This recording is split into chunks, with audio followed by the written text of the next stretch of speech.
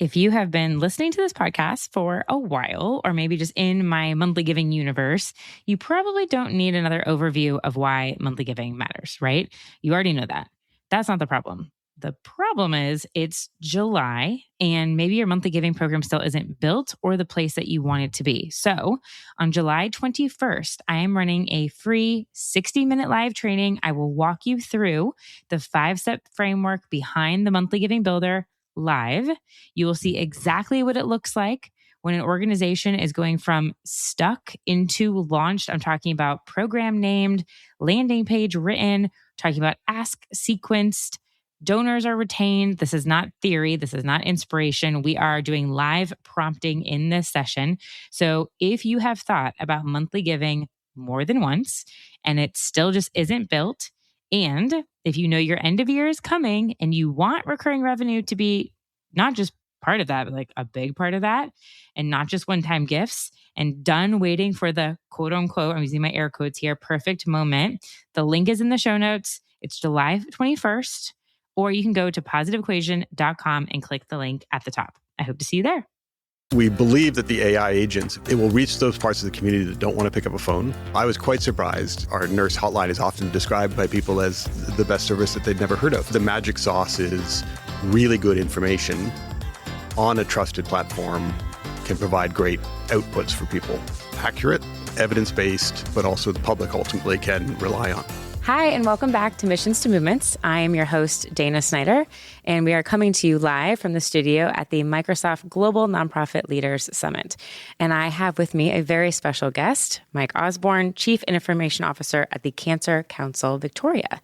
Mike, thank you for joining me. Thanks for having me. Of course. Before we dive into the amazing work that you do, I would love to have you share a little bit about who you are, what your role is, what does a day-to-day look like if one exists, and a little bit about what just genuinely lights you up about this work you get to do. Maybe I'll start with Cancer Council Victoria. We are a charity based out of Melbourne, Australia. I'm in part of a federation of cancer councils in the country. We focus on cancer prevention, early detection, and then cancer information and support for those affected by cancer. And finally, we focus on research, whether that's funding external cancer research or doing our own epidemiological research. But of course, all that's supported by our amazing fundraisers who are aiming to give every Victorian an opportunity to contribute to our vision of a cancer-free future. Love that. My role as the CIO really is two parts. There's the day-to-day bit of just making sure that all of our great people have the tools and the technologies to safely do what they do. Mm-hmm. And then probably more excitingly, my team leads our digital transformation, trying to make sure we've got the best possible capabilities that really empower and amplify the impact of the amazing people who work in the organization. Amazing. If there was to say a favorite aspect, what do you love to focus on the most or gives you excitement? For me, the best part about the job is when I get to work directly with the folks who are making a difference out in the community, whether that's our cancer nurses who are helping people through a very difficult time in their lives, the researchers finding out incredible insights into cancer. It's where we get to engage directly with the people who do such amazing work helping folks in the community. Amazing. And you've recently shared, I love LinkedIn. So I was reading a LinkedIn article about this, and you described your team keeping a vision board of what's possible. I think everyone should do that. But you talk about from prevention to early detection to ongoing support. When did you really start exploring AI as a tool, as an infrastructure that would help you for specifically, you have this supportive care hotline. When was that coming into existence? And why did the helpline really become one of the first places of focus? Yeah, I think like many probably, when ChatGPT came out, about 3 years ago now, a short play of that, and you realize the potential amplification of our mission that could be achieved through it. So we spent a fair amount of time thinking about and envisioning where can this technology help us achieve our mission. And we know that 1 in 2 people will get impacted by cancer in their lives. And so there's an immense need for support out there. We could never have enough cancer nurses to provide the one-on-one support to everybody. So how can we use the AI tools to amplify, become their co-pilots to help them do their job, but then ultimately make those public facing and provide trustworthy information in a really accessible format for people. So that was our first big idea. Yeah. We started working on that and created some pilots, but then pivoted largely due to funding sources. But when the Victorian government, the Department of Consumer Affairs, gave us a very generous grant to work in the financial counseling space, we pivoted to how can we empower our financial counselors who help people work through what can be a very difficult financial situation when diagnosed with cancer, and help people navigate that better. Right. That's incredible. This has all been in the past 3 years. Fascinating. Yeah. How has the team shifted and or the different tools now been supportive in making this possible? So one of the things, there's a number of things we worry about. It's so fundamentally important that the information we share is fact-based, high quality.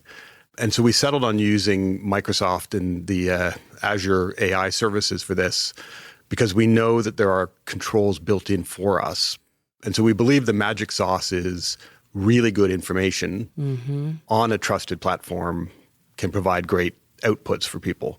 And so that's where we're focused a lot on, is how do we make sure that the information we provide is accurate, evidence-based, and something both our counselors but also the public ultimately can rely on. That's right. How have you seen a transformation happen since putting this into place? Well, we're still in pretty early days. So the financial counseling assistant is in use with our financial counselors right now in sort of a testing and trying mode. Okay. But what we're seeing is it's helping them find information quicker. It's helping them produce follow-up documentation and emails quicker, and is performing very accurately. So we really hope, and we're moving into a public trial shortly, and then aiming to launch publicly at the end of the year. Wow. Where we really think, we've only got a handful of financial counselors, and there's so many people who need help that can we offload some of the more straightforward requests and needs to the AI agent and to let our counselors then focus on the more complex situations that some people have. That's fabulous. One, congratulations. That's a big feat, and I'm sure it takes a lot of intricacies within the organization to make possible. So the helpline experience before, in this case, talking about the counselors, like something that can never be manufactured is time and presence, right? The human interaction point. So for the counselors themselves, what have they said about the experience? And I mean, this is fantastic that you're going to be able to hopefully scale in such a way, but have they said in their words maybe what the experience has been like? Yeah, and I think what we're seeing is the counselors on a day-to-day basis can have requests from a very simple, how do I apply for something, through to very complex cases where through the cancer treatment, an individual may not be able to work. They may be having trouble paying their rent, putting food on the table. And so there's a need for our counselors to have a really deep discussion about the circumstances of that individual, what their insurances might be, what government supports they might qualify for, et cetera. And so what the AI is letting them do is quickly find some of that information. In pre-AI, they would have been jumping to different websites and looking for processes that that the individual may need to go through with the government. They may be researching what insurances are included in their retirement. So it takes a long time trying to search and source information, which distracts them from the really important conversation that they're having with that individual who's having a really tough go. Right. So if we can make that easier for the counselors and have the AI agent source the information for them, they can spend their time worrying about the individual that's on the other end of that phone line. Wonderful. I want to just, listener, for those of you or viewing, is to think about such a great case study into what's an actual problem or scalable opportunity at your organization that technology can solve so that the people can focus on the more human connections, interactions that you need to have. Thinking about, it always starts with, I love today during one of the keynotes, they were talking about, don't actually start with AI. Think about a problem. Think about an opportunity, and then think about how the tech can be utilized to help you solve that.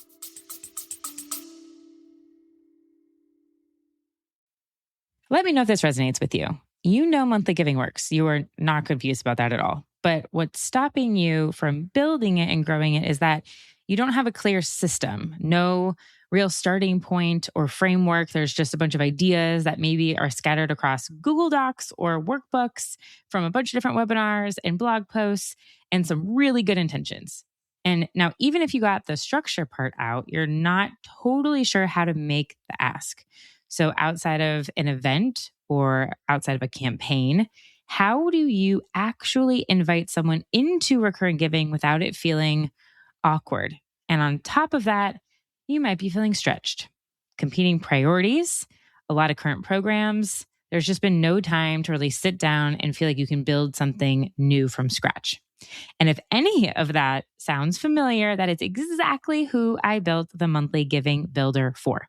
Now, what's inside is my 5-step framework system that takes you from we really should do this to fully launched. I'm talking naming your program, building the foundation, auditing your current donor experience, setting your gift tiers. It writes your landing page copy for you in your voice, not generic. It builds your ask sequence for emails. It shows you the touch points that you're already sitting on and just need to activate, and puts a real retention plan in place. So the donors that you're working so hard to acquire, you keep. This is the tool that makes it possible. Okay. You're not rebuilding anything. It's giving you the prompts, and then it is giving you customized, personalized output. You have a monthly donor tracker, so you're tracking your growth. It's giving you the next steps for 30, 60, 90 days. And the best part, it's $49.99 a month to get started, or only $499 for the year. Either way, a lot of cases, this is one new monthly donor covers the cost of this in 2 months. So if the only thing for you that has been missing is a clear way to do this, please go get it. monthlygivingbuilder.com. Again, $49.99 a month, $499 for the year. I will put the link in the show notes. I want you to have the best summer building out your program so that your end of year looks significantly different and you are heading into 2027 with a great monthly giving community ready to support you and your impact.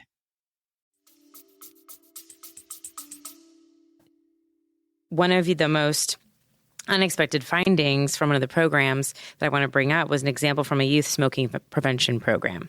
So you realize that teenagers were more willing to open up to an AI chatbot than call an adult. Can you share this story with us a little bit? Australia's done a fantastic job of driving down smoking rates over the past several decades. And one of our key services is called Quit. It's the smoking cessation or now tobacco cessation service for much of the country. But really troublingly, we've seen that, the curve of reduction of tobacco use has slowed because of vaping and the impact that's having, and particularly on youth. So we began a piece of work to look at what kind of interventions can we make with youth to help them get off the vapes. And through our co-design with a youth population, I was quite surprised because this was probably a couple of years ago now. They were much more comfortable opening up to an AI agent than picking up the phone and calling what they perceived to be a judgmental older adult. And so they really liked the idea of being able to have an open conversation with an AI agent to help them work through the challenges they're having. How has that informed how you then design a chatbot in an experience like that? So we're working really hard on tone. How do we ensure that the tone of the chatbot is supportive, speaks to them in a more youthful sort of language? Because what they don't want is, a 50-year-old guy on the other end of the phone giving them a lecture about their vaping habits. So there's considerable work going into how we do that. The other key one is we're building it as a messaging app. Oh, okay. So that the youth can, jump in and directly message the AI agent. It's meeting them where they are. Right, exactly. It's an interesting journey. We're now getting to the stage where we're building that infrastructure out. It's all grounded in sort of the behavioral science-based cessation strategies, but introduces that ability to have the conversation. Yeah, fascinating. We've kind of framed this conversation about being able to widen the care offering, right? Reaching people who might not otherwise get support and or may not feel comfortable in the support. before, who do you think might have been falling through the cracks? Or you mentioned, the teens is a great example. Maybe they wouldn't have picked up the phone in the first place. Other areas in the organization where you've stood up now these opportunities through technology to be able to be more accessible? Our traditional telephone support line is overwhelmingly used by a certain demographic, and that tends to be middle-aged women who are most likely to pick up that phone and call. Mm-hmm. We know others have different ways they want to access information. So our websites and the cancer information we provide on that is a huge resource. Interestingly, we're very concerned with the impact of the AI summaries that are appearing in all of our favorite search engines, because those are doing two things. One, they're drastically reducing the traffic coming to the site as people get their information from the summary. Yeah. But interestingly, our colleagues in Europe did a short study around the quality of those responses and found that more than half of the responses they saw actually had inaccuracies in them, which is very troubling. Yes. If someone is researching, the cancer that a loved one might have and treatment, et cetera. We believe that the AI agents, if we can build a trusted AI agent, it will reach those parts of the community that don't want to pick up a phone. Mm-hmm. We can tailor them to communities that are traditionally underserved. So if English is not your first language and you're trying to sort out a whole bunch of dense scientific text around your disease, how can we simplify that down? How can we potentially do that in your language? Usually the most easy to understand and it's usually very dense. Yeah. If you live regionally or in a remote area, you've got unique challenges seeking treatment. So how can we help connect those individuals better? So there's just so many areas that as we either directly through the AI or by freeing up the time of our people, allow us to then focus on the specific subpopulations that really need our support. Yeah. Are you seeing in analytical tools that more traffic is coming to your site through AI though? Have you noticed that trend yet? No, honestly, GPTs and we are getting some traffic from those, but overarchingly, we've seen a significant decline in the overall traffic on the sites. This is a really good thing to note for organizations. When you have these great tools now accessible that are of quality and giving great information, how do you make sure people can find it? Mm-hmm. Which is one of the big challenges. And even our traditional services, our nurse hotline is often described by people as the best service that they'd never heard of. So again, reaching people across the different channels, and increasingly social media, to spread the message and have them connect to us. We can no longer rely on SEO as sort of the primary driver for us. We have to reach out across the social medias, continue to work to make sure that our high quality information is what the AI engines are referencing. Right. But it's an area of concern and we're still trying to figure our way through it. To figure it out. Yeah, I think we're all in that place. It's all relatively very new. For a CIO at a 90-year-old organization, which is incredible, how did you earn the internal trust for AI adoption, which I would imagine would be its own challenge maybe at times, or maybe not? So that's the first question. And then for all the listeners and viewers that are here, what would you say to those that are going through maybe that struggle internally? We're on a journey, as everyone else is with this technology. We've taken a multi-pronged approach. We've enabled Copilot Chat for the organization as a default tool that is protected behind our information protection framework, making sure that we're not sending data out to the public engines and whatnot. So we're building trust that you can use the tool safely, but we're encouraging people just to have a go. So we're now up to about 60% of our organization are active users on Copilot Chat. That's growing every month. And so we're just trying to make it something for them that's about how they can amplify their impact. And that's sort of the base level. We're doing a lot of work with our executive team around how they can use the tools and really lead from the front. And then we're making these targeted investments in the really mission-oriented chatbots that we've been talking about here. Yep. And those are all being built out in the Azure AI space. So again, they're within our tenancies. Yeah. They're grounded on our data and thus much safer to operate than some of the public stuff. Fascinating. For an organization that might not have all the resources that you do, where would you suggest, with your CIO hat on, where would you suggest that they start? I'd go for Copilot Chat. It's a free service, and it's just thinking of things, as an individual that take you time and take you away from the important stuff. And then, any of us can do it. I sat down a few weeks ago. For my sins, one of the things I have to do is review a lot of contracts to make sure that they've got the right security provisions in them and we're not transferring data we shouldn't be, et cetera. So I sat down and spent half a day and created myself a little chatbot that I can just pump the contract into, and it will review it against our standards and compare it to other good contracts and our standard templates. And it saves me, hours. So just get into it, have a play. Because I'm sure that was your favorite part of your job. It was lovely. I love reading 50-page legal contracts. So the more I can do less of that, while still making sure we're not signing bad contracts, and I can spend that time doing more exciting things. That's right. Mike, thank you so much for your time here today and for all the work that you do. Oh, thank you. Thank you so much for tuning into today's episode of Missions to Movements. If you enjoyed our conversation and found it helpful, I would love for you to take a moment to leave a review wherever you're listening. Your feedback helps us reach more change makers like you and continue bringing impactful stories and strategies to the show. Don't forget to hit that subscribe button too, so you'll never miss an episode. And until next time, keep turning your mission into a movement.